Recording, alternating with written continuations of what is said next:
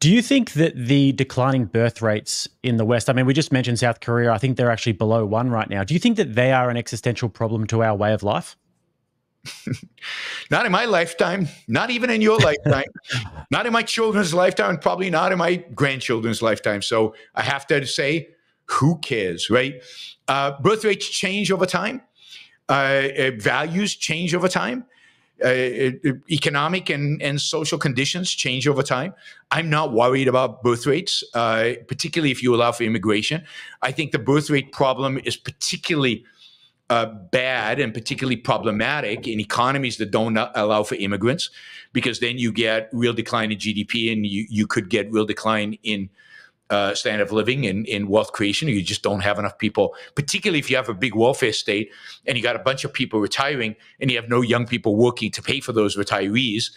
So bring in young immigrants, basically as slaves, to your old population so that you can pay the welfare to your old people, which is what I think Europe has done, right? Why do we have so many immigrants in Europe? To pay for the welfare state for aging Germans. I mean, that's the reason, and the same, the same goes around the world. So, I think that the reasons for the declining birth rate have a lot to do with a world that is very pessimistic, a world. If you grow up today and you go to school today in kindergarten and in primary school and high school, you look like a young guy. So your generation or even younger than you were taught from when you were very young that human beings destroy the earth, that we're destroying the environment, that life on earth is very precarious. And we're probably all going to boil to death in the future because of global warming. I mean, how long did Greta give us a few years ago? What was it, 8 years? I think it was 8 years, yeah. 8 years, and I think we're 3 years into that. We've only got 5 years. Why would anybody have kids if they buy the propaganda that we've only got 5 years, or we only got a generation, or the world is coming to an end? Why would they buy the propaganda if you really believe, if you're a MAGA communist and you think North Korea is really the ideal society? Why would anybody have kids if that's the direction we're heading? I mean, there's so much. I believe that birth rates are related to optimism and pessimism. I think right now, the West in particular, and I think rich Asian countries as well, we just are in a morbid state of mind. I think this is because of the philosophy we hold. We as cultures believe that we don't value ourselves. We don't value the wealth we've created. We've kind of taken it all for granted. We're afraid of the future. World War III is around the corner. We know, in the West, we think all our wealth was built in colonialism and exploiting other people. So we think we're all guilty. In that state of mind, who wants to have kids? I mean, there's also one of the things that goes along with having kids, it turns out, is sex.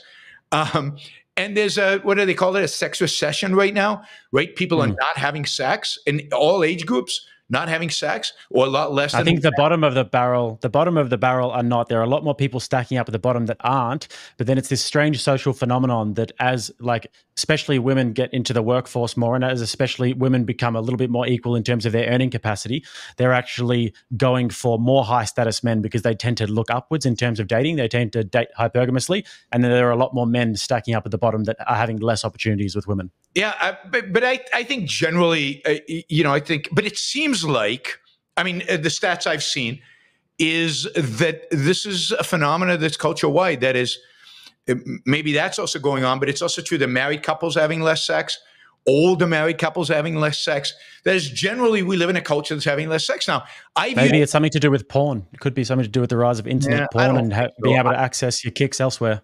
I go back to my hypothesis about pessimism.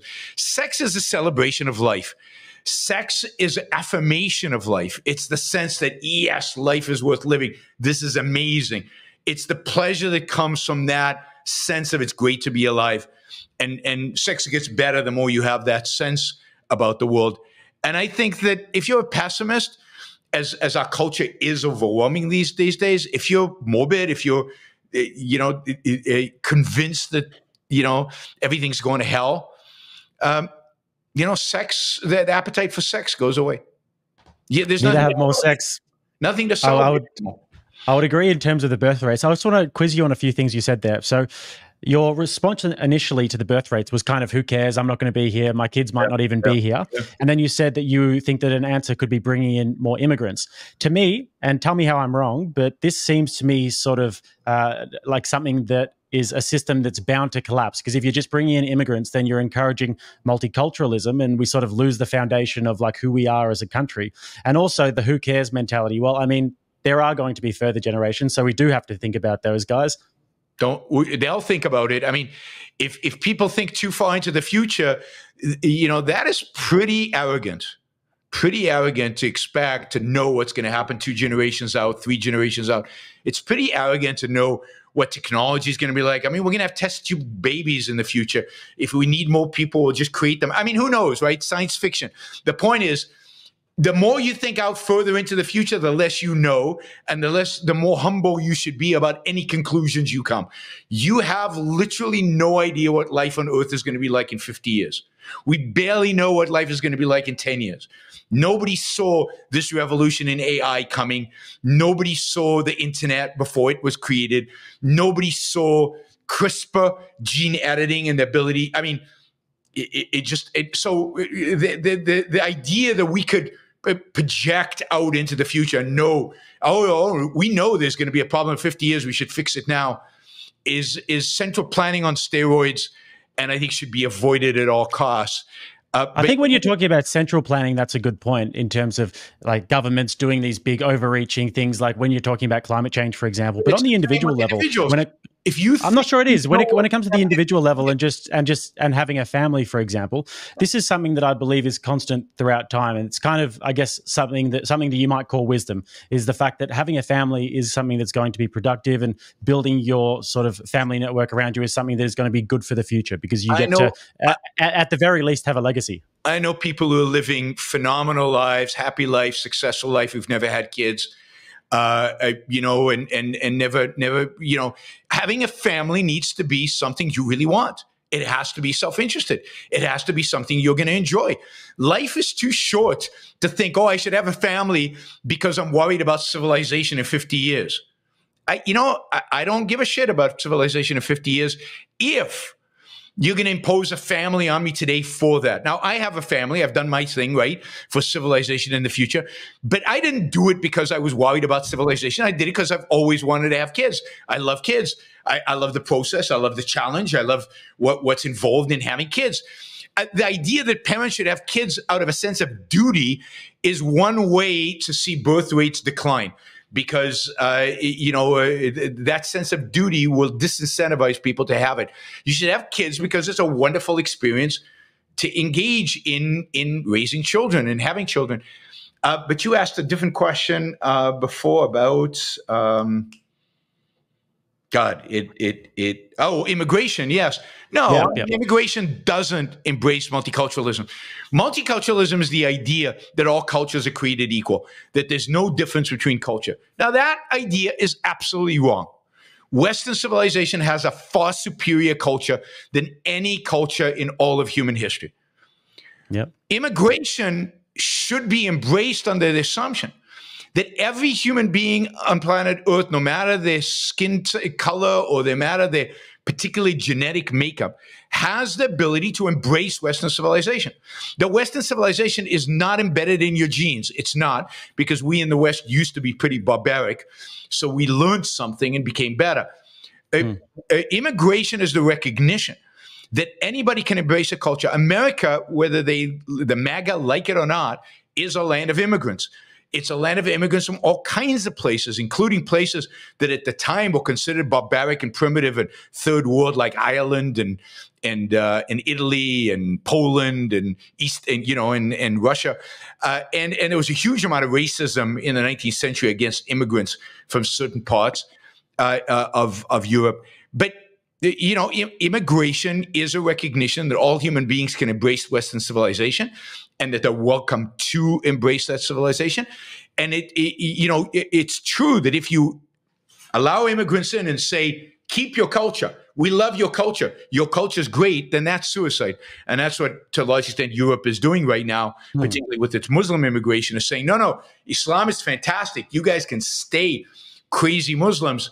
And you can come here. That's the wrong approach. The approach needs to be, you can come here. We don't care if you're Muslim or otherwise, but all of that cultural stuff that you're leaving needs to be left behind. You now need to embrace Western civilization, and we will hold you to it, both in terms of language, in terms of the work requirements that you have, and and in terms of your behavior. If you violate our laws, you will go to jail for a very long time. We're not going to be loose with you because you're immigrants or because you're from a different culture. We don't accept that all cultures are equal.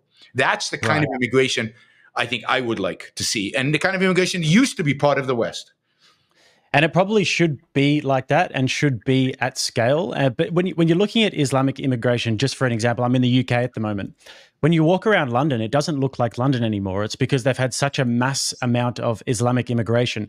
And unfortunately, if you have a mass Islamic immigration like that, this is a culture that believes that the whole entire world should be Islamic. And, a lot of them aren't extreme like that. But if you get so many of them at one point, it gets to the point now where England is actually electing heaps of different Muslim leaders. And I think that that's a huge problem. So just in terms of immigration and the birth rates, I think that encouraging the family and encouraging the birth rates within your culture is so much more productive than encouraging mass amounts of immigration to fill the workforce. Because if you get mass amounts of immigration from other cultures, then these cultures, as much as we would like them to leave it at the door, and as much as we could try and legislate that, a lot of the times they don't leave it at the door. And we're seeing this. The problem is not their culture.